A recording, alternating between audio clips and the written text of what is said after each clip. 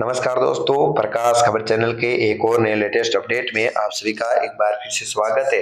दोस्तों, यहाँ पर है वो ईपीएस 95 पेंशन धारकों की हाई पेंशन को लेकर सुप्रीम कोर्ट की ओर से कुछ सवाल जवाब किए गए थे, जो यहाँ पर है वो इस वीडियो में हम चर्चा करने वाले हैं। क्या इन सवालों के जवाब है वो यहाँ पर है वो श्रम एवं रोजगार मंत्रालय के द्वारा कहाँ पर इन सवालों के जवाब दिए गए हैं और क्या इन सवालों के जवाब थे और क्या इन ये सवाल थे। तो वीडियो शुरू करने से पहले आपसे एक छोटी सी रिक्वेस्ट है कि यदि इस चैनल पर नए हो तो चैनल को सब्सक्राइब करके बेल आइकन को ऑन कर दीजिएगा और आप है वो ये सभी ईपीएस 95 पेंशन धारकों के साथ शेयर जरूर कर दीजिएगा। तो दोस्तों, आप सभी को मैं बता दूं कि सुप्रीम कोर्ट की ओर से कुछ ऐसे सवाल यहाँ पर है वो दिए गए थे जिनका जवाब है वो यहाँ पर श्रम एवं रोजगार मंत्री के द्वारा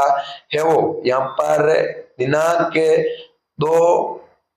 फरवरी और 3 तारीख को और 2025 को ये सवालों के जवाब दिए गए हैं। क्या सवाल थे यहाँ पर सुप्रीम कोर्ट की ओर से? सुप्रीम कोर्ट से सवाल था कि सरकार को जानकारी है क्या कि देश भर में अधिकांश कर्मचारी पेंशन भोगी जिन्होंने उच्च पेंशन पर है वो पीएम पेंशन का विकल्प चुना गया था, वे कर्मचारी भविष्य निधि संगठन के द्वारा उच्च पेंशन प्रदान की गई है या फिर नहीं की गई है? यदि हाँ, तो वेतन के अनुपात है वो पीएम पेंशन बढ़ाने के लिए सर्वोच्च न्यायालय द्वारा आदेश दिए जाने के 2 वर्ष बीत जाने के बाद भी ये देरी हुई है, तो क्यों हुई है? इसका भी यहाँ पर वो जवाब ईपीएस 95 पेंशन धारकों की हायर पेंशन को लेकर सुप्रीम कोर्ट की ओर से पूछा गया है। और तीसरा सवाल था कि आज की तिथि तक उच्च पेंशन यानी कि हायर पेंशन के लिए प्राप्त आवेदनों की स्वीकृत आवेदनों की राज्य बाहर में है वो संख्या कितनी है? और क्या यहाँ पर वो चौथा सवाल भी ये भी था, क्या सरकार ने लंबित आवेदनों को एलंबित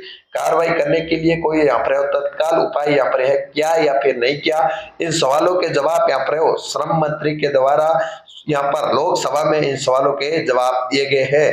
तो सबसे पहला सवाल का जवाब ये है कि यहाँ पर है वो क्या सरकार को जानकारी है कि देश में अधिकांश कर्मचारी जिन्होंने पेंशन भोगियों पीएफ पेंशन का विकल्प चुना है और भविष्य निधि संगठन द्वारा यह संख्या यहाँ पर है वो प्रदान की गई है या फिर नहीं की गई है? तो इसका उच्च वेतन पेंशन के मामले में है वो माननीय सर्वोच्च न्यायालय के दिनांक 4/11/2022 के निर्णय के आधार पर है वो कार्रवाई है वो की जा रही है। और दूसरा सवाल यह है कि ईपीएफओ को यहाँ पर वो अनुपात की में हो पीएफ पेंशन बढ़ाने के लिए सर्वोच्च न्यायालय आदेश दिए जाने के 2 वर्ष भी बाद में यहाँ पर वो हायर पेंशन बढ़ क्यों नहीं रही है, यानी कि ईपीएस 95 पेंशन धारकों को मिल क्यों नहीं रही है? इसका यहाँ पर वो सवाल का जवाब दिया गया है कि ईपीएफओ द्वारा सत्यापन संयुक्त विकल्प के ऑनलाइन आवेदन की दाखिल करने के लिए यहाँ पर वो कार्य क्षमता विकसित की गई है और ऑनलाइन सुविधा 26 फरवरी 2023 को सदस्यों पेंशन भोगियों व नियोक्ताओं के लिए बढ़ा दी गई थी और जिसे यहाँ पर वो 7/11/2023 तक है वो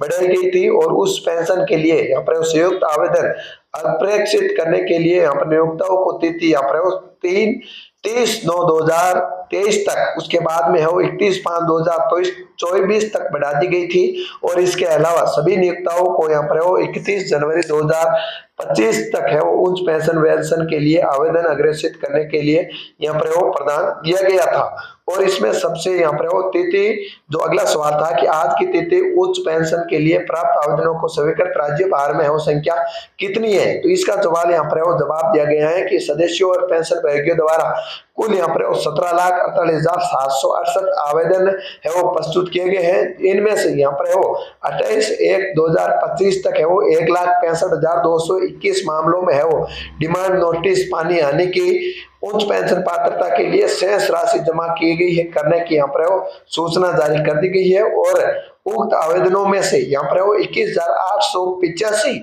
पेंशन भुगतान है वो आवेदन यानी कि पीएफ जारी कर दिया गया है। और इसमें यहाँ पर वो क्या सरकार के लंबित आवेदनों को यहाँ पर कार्रवाई करने के लिए तत्काल उपाय यहाँ पर वो किया गया है या फिर नहीं किया गया है? इसका भी जवाब यहाँ पर श्रम एवं रोजगार मंत्रालय के द्वारा दिया गया है कि लंबित मामलों को निपटाने के लिए कड़ी यहाँ पर वो निगरानी की जा रही है तथा प्रक्रिया में है वो तेजी लाने के लिए क्षेत्रीय कार्यालयों को मामले में है वो निपटाने हेतु स्पष्टीकरण भी यहाँ पर वो जारी कर दिया गया है और इसे जल्दी से पूरा करने के लिए पूरा प्रयास किया जा रहा है। तो दोस्तों ये यहाँ पर वो सुप्रीम कोर्ट की ओर से कुछ सवाल जवाब थे जिनका यहाँ पर वो श्रम एवं रोजगार मंत्रालय के द्वारा ये सवालों के जवाब दिए गए हैं, जिसका आप है वो वीडियो सुन रहे हैं। और इस वीडियो में ये जो जानकारी दी गई है, उम्मीद करता हूँ वीडियो में दी गई जानकारी आपको सही और सटीक लगी है। तो वीडियो को लाइक शेयर करें और चैनल पर नए हो तो चैनल को सब्सक्राइब करके बेल आइकन को ऑन कर दीजिएगा। मिलते हैं एक नई लेटेस्ट अपडेट के साथ, तब तक के लिए जय हिंद, जय भारत, वंदे मातरम दोस्तों।